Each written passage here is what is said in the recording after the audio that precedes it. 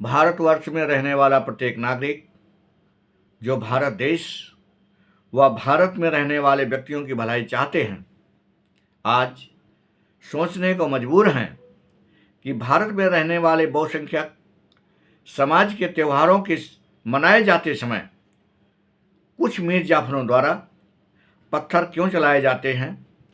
इसी समय देश में चल रही रेलगाड़ियों, चाहे वह सवारी गाड़ी हो या मालगाड़ी, को पलटाकर देश की अर्थव्यवस्था को कमज़ोर करने की साजिशें क्यों रची जा रही हैं। आश्चर्य की बात यह है कि जांच के दौरान एक खास समुदाय के लोगों का ही नाम आता है। जब हम अपनी अंतरात्मा से इस प्रश्न का उत्तर पूछते हैं तो इसमें हमें किसी बड़ी साजिश की आशंका का आभास होता है।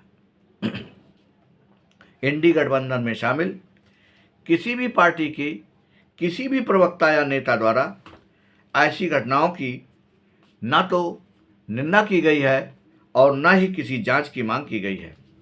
अतः मुझे आभास होता है कि कहीं सत्ता पाने के लिए भारत में रहने वाले मीर जाफर बांग्लादेश में हुए सत्ता परिवर्तन की राह पर तो नहीं चल रहे हैं। यदि ऐसा है तो स्पष्टवादी जन आधार पार्टी भारत सरकार से मांग करती है कि ऐसे अपराधों में शामिल चाहे अपराधी परोक्ष या अपरोक्ष रूप से शामिल हो, मृत्युदंड दिया जाना चाहिए। क्योंकि जब अपराधी लोगों की जान लेने में जरा भी संकोच नहीं करते हैं तो सरकार और अदालतें ऐसे अपराधियों के प्रति नरमी क्यों दिखाएं।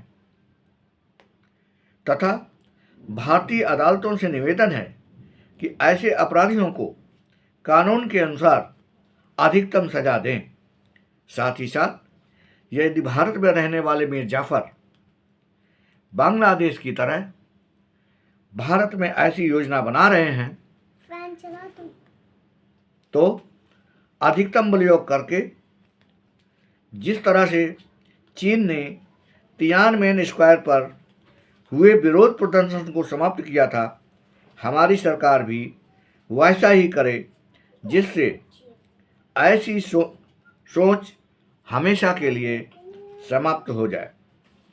क्योंकि हमारा मानना है कि सर्वप्रथम देश, इसके बाद देशवासियों के बारे में सोचना चाहिए, न कि मीर जाफरों के बारे में।